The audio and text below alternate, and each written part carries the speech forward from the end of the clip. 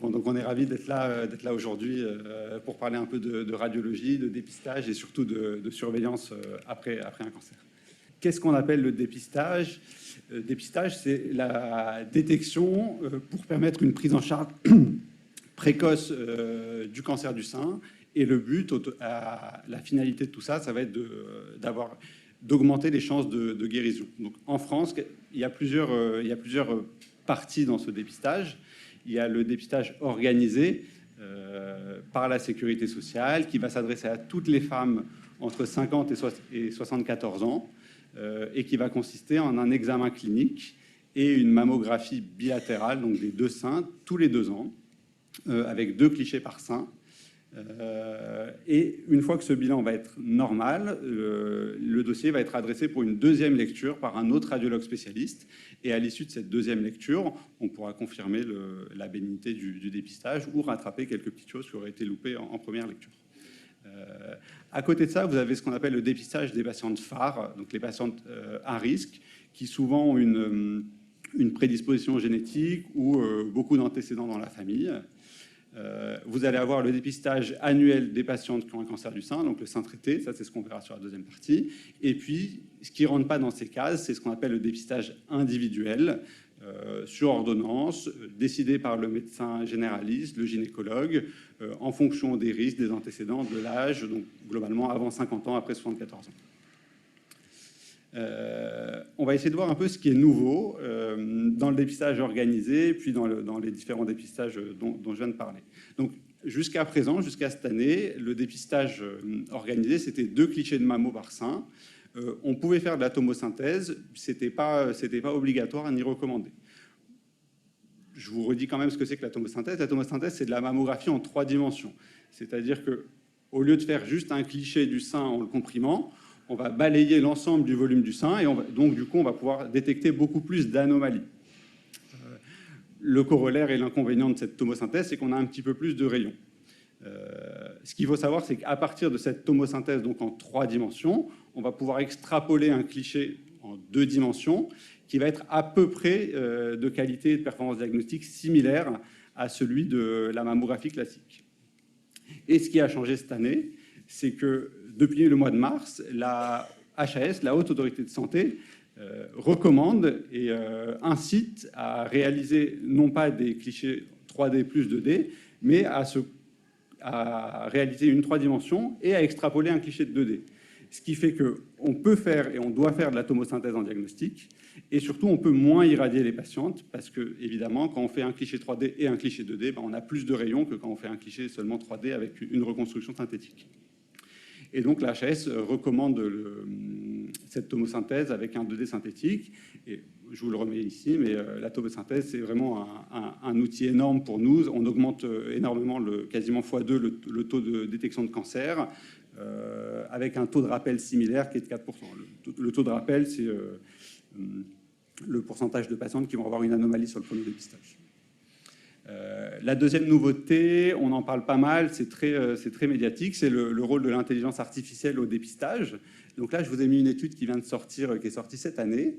Et donc, en fait, sur une cohorte de plus de 55 000 patientes, on a comparé l'intelligence artificielle seule, le radiologue plus l'intelligence artificielle, 2 radiologues plus l'intelligence artificielle, et on a essayé de voir si ces différentes procédures étaient non inférieures au dépistage habituel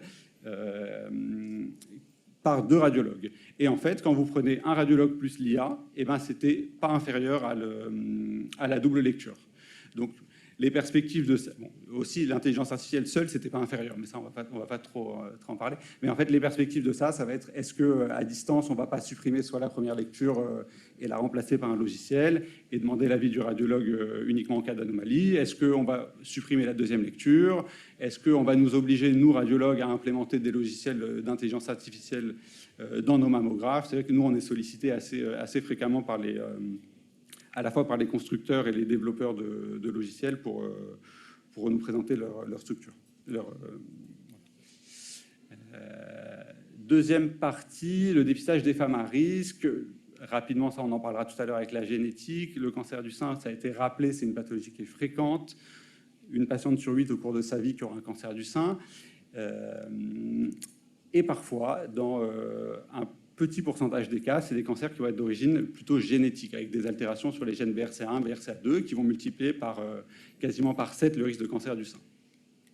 La particularité de ces patientes, surtout chez les patientes qui sont porteuses d'une altération BRCA1, c'est que ce n'est pas les mêmes cancers. C'est des cancers avec un profil tumoral assez particulier. Il y a assez peu de cancers qu'on appelle in situ, des foyers de calcification, et il y a plus de cancers du sein qu'on appelle triple négatif. Et pour ces cancers, on sait que la mammographie annuelle, ce n'est pas efficace. On va rater quasiment un cancer sur 2 en dépistant de façon annuelle par une mammographie. Et là, on a un rôle important, c'est le rôle de l'IRM, qui va nous permettre de détecter beaucoup plus de cancers et surtout, ça va nous permettre de réduire notre taux de cancer d'intervalle à moins de 10%. Donc, les recommandations chez les patientes phares à risque, ça va être avant 30 ans, rien, sauf cancer du sein avant 30 ans dans la famille. Entre 30 et 65 ans, on commence toujours par l'IRM, qui est le meilleur examen. Si l'IRM est normal, on va faire un cliché de mammographie par sein, pas de tomosynthèse, on n'irradie pas trop les patientes. Et si l'IRM et la mammographie sont normales, avec un examen clinique normal, eh ben on peut s'arrêter, on n'a pas besoin de faire l'échographie. Après 65 ans, il n'y a plus d'intérêt à faire l'IRM. Parfois, on continue parce que c'est difficile aux patientes d'expliquer qu'à 64 ans, on fait l'IRM, à 65, on ne la fait plus. Mais globalement, à 65 ans, on revient sur un dépistage un peu plus classique avec 2 clichés de mammo et une écho optionnelle. Ce qui est nouveau, et ce qui se discute, et ce qui nous concerne, nous, radiologues, et vous, patientes, c'est est-ce qu'on continue quand même à faire des mammographies si l'IRM, c'est vraiment un bon examen? Et là, je ne vais pas rentrer dans les détails, mais il y a 2 études allemandes qui ont montré qu'en fait, chez les patientes phares, et dans une bonne partie des patientes mutées, eh ben, il y avait entre 5 et 10% des cancers qu'on ne retrouvait que sur la mammographie.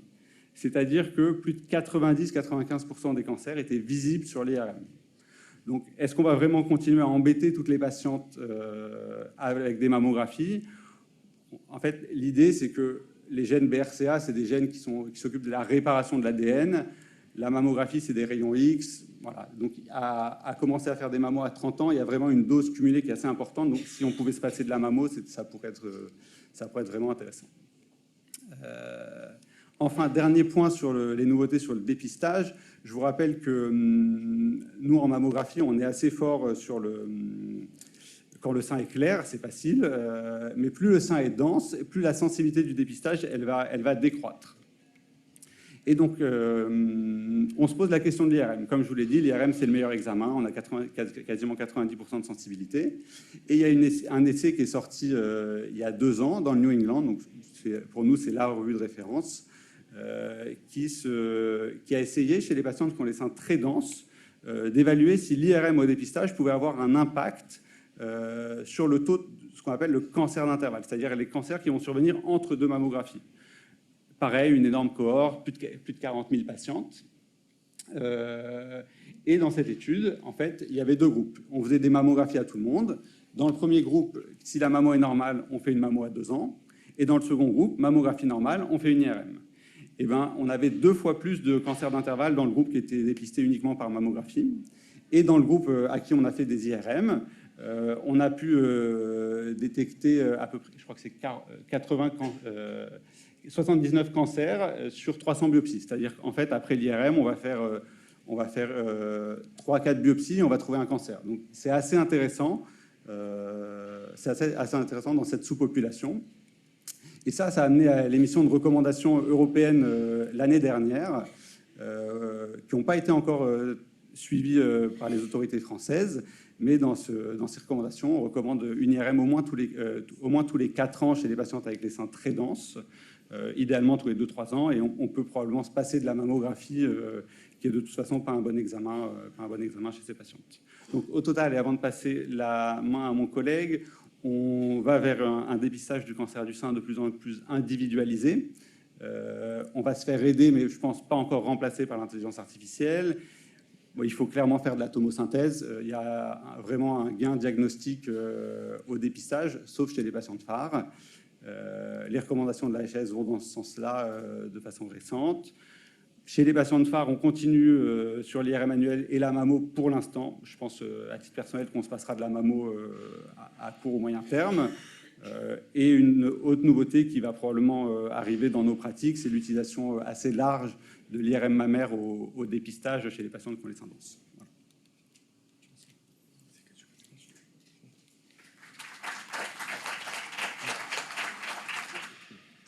Alors moi, bonjour à tous. Je vais vous parler d'une population qui est différente. C'est les patientes qui ont déjà eu un cancer du sein. Alors, quelle surveillance on doit faire? Donc, la surveillance chez les patientes qui ont déjà eu un cancer du sein, elle est très codifiée. Le but, évidemment, c'est de faire le diagnostic le plus précoce de la récidive. Pourquoi? Pour permettre de faire un traitement curatif et donc d'améliorer la survie et le pronostic de la patiente. Alors, l'imagerie du sein, elle est différente chez les patientes qui ont déjà eu un cancer du sein et on va voir pourquoi. Alors, je vais vous donner quelques chiffres. Tout d'abord, chez les patientes qui ont eu un traitement conservateur. Donc, traitement conservateur, c'est la tumorectomie, c'est-à-dire qu'on a enlevé simplement la tumeur dans le sang. Donc, la récidive, elle est de 7 à 8% à 5 ans. Et ensuite, elle passe à peu près à 1% par an. Donc, on voit très bien que le pic d'incidence de récidive, c'est les 5 premières années. Ensuite, le plus souvent, dans les 5 premières années, la récidive, elle est dans le lit tumoral, c'est-à-dire au niveau de la cicatrice, 80% des cas à peu près. Alors, il y a quelques facteurs prédictifs de récidive. C'est par exemple l'absence de radiothérapie, la jeûne au moment du diagnostic et les cancers qui sont agressifs. Alors, quelle surveillance on fait chez les patientes qui ont eu un traitement conservateur? Donc, c'est la mammographie, c'est le plus important. Les clichés sont identiques au dépistage, c'est ce qu'on a vu tout à l'heure, notamment avec la tomosynthèse. Ce qui est important pour nous, c'est la comparaison avec les antériorités.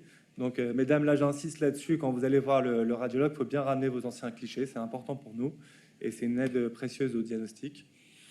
Et alors, la grosse différence là par rapport au dépistage, c'est que la surveillance, elle se fait de manière annuelle et pas tous les 2 ans.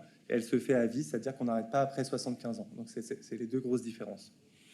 La sensibilité de détection, elle diminue après un traitement. Le taux de cancer manqué en mammographie, c'est de 19 à 30%, contre 10% sur les seins non traités. Alors pourquoi on perd en sensibilité? Parce que la chirurgie fait des cicatrices qui ressemblent à peu près aussi à des images de cancer, et donc ça devient plus difficile à détecter. On fait également toujours l'échographie. Donc pourquoi? Déjà, on a vu qu'on était un peu moins performant en mammographie, donc c'est important de rattraper avec une échographie. Et on regarde attentivement aussi en échographie les aires ganglionnaires pour voir s'il n'y a pas d'atteinte des ganglions. Alors après une mastectomie, donc la surveillance, là le risque, on voit qu'il diminue, le risque de récidive, c'est 0,5% par an. Le diagnostic, le plus souvent, il se fait par autopalpation de la patiente, dans environ plus de 80% des cas. Donc là, c'est important de faire une surveillance clinique et par la patiente et par le clinicien. Et nous, en imagerie, ce qu'on fait, c'est une échographie. On va vérifier la paroi, les aires ganglionnaires. Et évidemment, on n'oublie pas le sein contralatéral qui est aussi à risque. Donc on oublie. Alors après la mastectomie et une reconstruction par lambeau, les risques, c'est les mêmes, c'est 0,5% par an de risque de récidive, toujours souvent diagnostiqué par l'autopalpation. Et l'imagerie, là, il n'y a pas tellement de consensus. Il y a certaines équipes qui proposent de faire une mammographie du lambeau et d'autres simplement l'examen clinique ou l'échographie. Alors, quelle est la place de l'IRM maintenant chez les patientes qui ont déjà eu un cancer du sein? Alors, ça ne fait pas partie du bilan standardisé. L'avantage de l'IRM dans le cancer du sein, dans le suivi, c'est que ça a une VPN, c'est-à-dire une valeur prédictive négative proche de 100%. C'est-à-dire que si l'IRM elle est négative, il n'y a pas de cancer du sein. Alors, quand est-ce qu'on fait quelles sont les indications de l'IRM? L'IRM, c'est souvent en deuxième ligne, c'est-à-dire quand on a un doute à la mammographie ou à l'échographie. Dans ce cas-là, on peut prescrire une IRM. Et si l'IRM est normal, on s'arrête là, on ne fait pas de biopsie. Et si l'IRM n'est pas normal, on va plus loin dans l'investigation et souvent on fait une biopsie. Alors, chez les patientes mutées, par contre, il y a une indication à la surveillance par une IRM annuelle. Et on peut servir aussi également de l'IRM pour voir s'il y a des ruptures de prothèses. Alors, il y a une question importante qui peut se poser aujourd'hui. C'est est-ce que certaines patientes qui ont déjà eu un cancer du sein pourraient éventuellement réintégrer le dépistage standard? Alors, selon la Haute Autorité de Santé en France, pour l'instant, c'est un suivi à vie. Et ça pose des problèmes de compliance, parce qu'il y a des études qui ont montré qu'après 5 ans, il y a 40% des patientes qui abandonnent leur surveillance annuelle. Et c'est aussi majoré par les problèmes des déserts médicaux. Alors, pour réintégrer le dépistage standard, il y a des patientes qui ne seraient pas éligibles. Par contre, ce seraient les patientes à haut risque, les patientes jeunes au moment du diagnostic et celles qui n'ont pas eu un traitement optimal. Alors, on va regarder un peu ce qui se fait chez nos voisins européens. Donc, il y a 3 pays qui ont choisi cette stratégie. Il y a l'Allemagne, la Belgique et le Royaume-Uni. Donc, à chaque fois, pour intégrer le dépistage, c'est jamais avant 5 ans, parce qu'on a vu tout à l'heure que le pic d'incidence de récidive, c'est toujours les 5 premières années. Donc, on attend au moins 5 ou 10 ans. Et parfois, comme au Royaume-Uni, il faut avoir plus de 50 ans pour réintégrer également le dépistage. Alors, en France, on n'a pas choisi cette stratégie. Pourquoi? Déjà, on nous manque de données. Les patientes avec antécédents de cancer du sein, pour l'instant, c'est un groupe assez hétérogène. Il y a des patientes à faible risque de récidive et d'autres à fort risque. Et donc, en fait, il faudrait faire des groupes différents et adapter la stratégie pour intégrer potentiellement le dépistage. Merci.